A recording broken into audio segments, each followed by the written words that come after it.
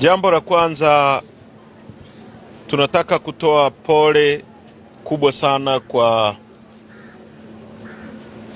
taifa la Kenya kwa kumpoteza waziri mkuu mstaafu wa Jamhuri ya Kenya.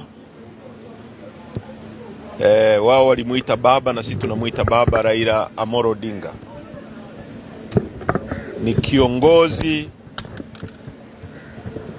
wa siasa za mageuzi na vyama vingi Afrika.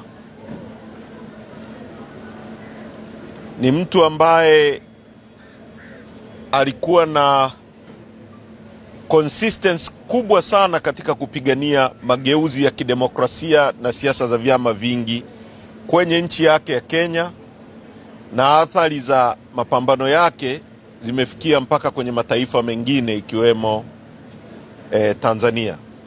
Wote tunajua baada ya sisi kuchaguliwa tulikutana naye Kenya, Nairobi, mimi na mwenyekiti wetu Mheshimiwa Lissu pamoja na mjumbe wa kamati kuu Lema tulimtembelea na tulifanya mazungumzo naye. Katika hatua za baadaye tutazungumza. Kwa hiyo tunatoa pole kubwa kwa chama chake cha ODM.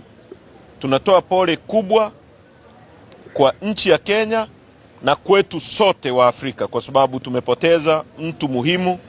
Kwa umri wake wa uzee ule wa miaka 80, ni mtu ambaye ni wazee ambao hata akija kwenye kusuluhisha jambo watu wote mnamsikiliza. Kwa hiyo apumzike kwa amani. Tunatoa pole kwa familia yake. Tumeguswa sana, na sisi kama chama tutatoa taarifa rasmi ya kimaandishi na tutahudhuria msiba wake kumwaga Raila Amolo Odinga.